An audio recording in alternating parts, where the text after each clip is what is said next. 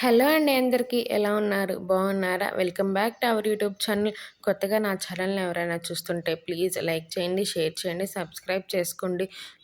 చూస్తున్నారు కదా బ్యాంగిల్స్ నేను కొన్ని వ్రాప్ చేశాను. కొన్ని వ్రాప్ చేయలేదండి.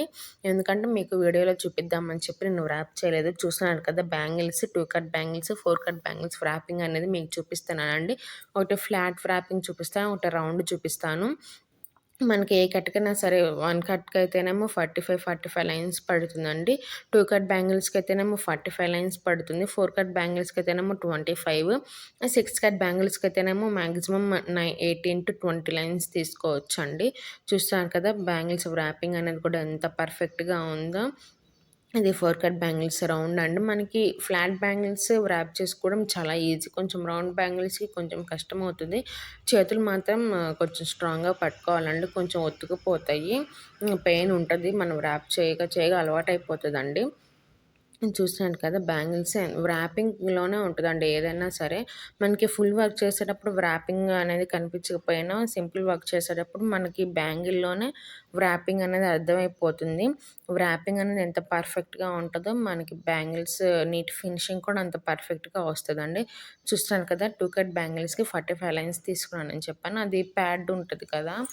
స్కూల్‌కి పిల్లలు తీసుకెళ్ళి దాన్నేదో తీసుకోవచ్చు. లేదంటే వెజిటబుల్ కట్ చేసే దాంతో అయినా తీసుకోవచ్చండి కొలత. లేదంటే మనకి స్టడీ ప్యాడ్ ఉంటది కదా! దాంతో 40 లైన్స్ తీసుకోండి స్టడీ ప్యాడ్ అయితే. ఇంకా 5 లైన్స్ తగ్గించుకోండి స్టడీ ప్యాడ్ ఉన్న వాళ్ళైతే. చూస్తున్నాను కదా! నేను ముందే స్టిక్ చేసి పెట్టుకున్నానండి. సో, మీకు ఈజీగా చూపించొచ్చని చెప్పేసి. స్టార్టింగ్‌లో మనకి కొంచెం క్రాస్ ఇవ్వండండి. క్రాస్ ఇస్తే మనకి తర్వాత అనేవి చాలా ఈజీగా వస్తాయి. నేనైతే ఇట్లానే ఫాలో అవుతాను. కొంచెం లైట్‌గా క్రాస్ ఇచ్చి దాని తర్వాత నుంచి స్ట్రెయిట్‌గానే వస్తది. లైట్‌గా క్రాస్ ఇవ్వడం వల్ల ఏమవుతదంటే లాస్ట్ ఫినిషింగ్ నీట్‌గా వస్తది. ఎక్కడ కూడా కొంచెం ఒకదాని మీద ఒకటి పడకుండా వస్తదండి. అందుకని నేనైతే కొంచెం లైట్‌గా క్రాస్ ఇస్తాను. చూస్తున్నారు కదా! అదిగోండి చూడండండి. తర్వాత నుంచి అట్లాగా స్ట్రెయిట్‌గానే వస్తది.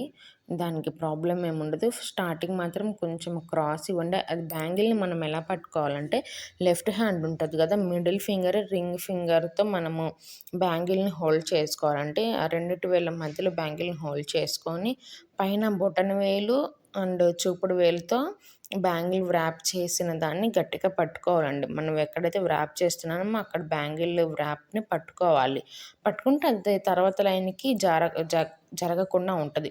సో, మనం దాన్ని అలా పట్టుకున్నాక అలానే స్టిక్ చేసుకుంటూ రావాలండి.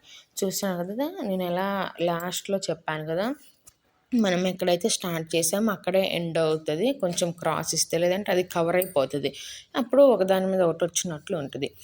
చూస్తున్నారు కదా! ఇప్పుడు అట్లా పట్టుకొని గట్టిగా లాగండండి. గట్టిగా లాగితే మీకు ఎక్కడైనా అక్కడ కొంచెం లూజ్ అయినా సరే మనకి స్టిఫ్ అయిపోతది.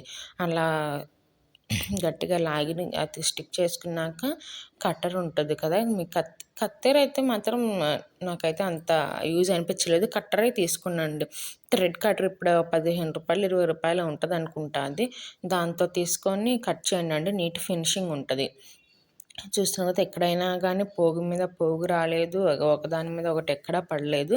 2 కట్ బ్యాంగిల్ ఫ్లాట్ చూపించాను కదా! అలాగే 4 కట్ బ్యాంగిల్ రౌండ్ చూపిస్తున్నానండి. చూడండి. మీకు చాలా ఇంట్రెస్టింగ్‌గా ఉంటది. ఇది చాలా సింపుల్ స్టిక్ చేసుకోవడం. కాకపోతే బ్యాంగిల్ అనేది జారిపోతా ఉంటదండి. ఇందాక చెప్పాను కదా! మిడిల్ ఫింగర్, రింగ్ ఫింగర్‌తో పట్టుకోవాలని చెప్పి అట్లానే పట్టుకొని స్టార్ట్ చేయండండి. చూస్తున్నారు కదా బ్యాంగిల్. అట్లనే అక్కడ గమ్ అప్లై చేసుకొని గట్టిగా లాగి స్టిక్ చేసుకున్నానండి. దీనికి తర్వాత ఎలా ఎలా బ్యాంగిల్ డిజైన్ చేశాననేది నెక్స్ట్ పార్ట్‌లో పెడతాను. మాక్సిమం ఇది 3 పార్ట్స్ రావచ్చు. చూడండండి ఇది ఒక యూఎస్ ఆర్డర్ బేస్ చేశాను. దానికి మీకు చూపిస్తున్నానండి. నా వీడియోలు గనుక మీకు నచ్చినట్టయితే ప్లీజ్ సబ్స్క్రైబ్ చేసుకోండండి. చూసారు కదా బ్యాంగిల్స్. థాంక్స్ ఫర్ వాచింగ్ అండి. థాంక్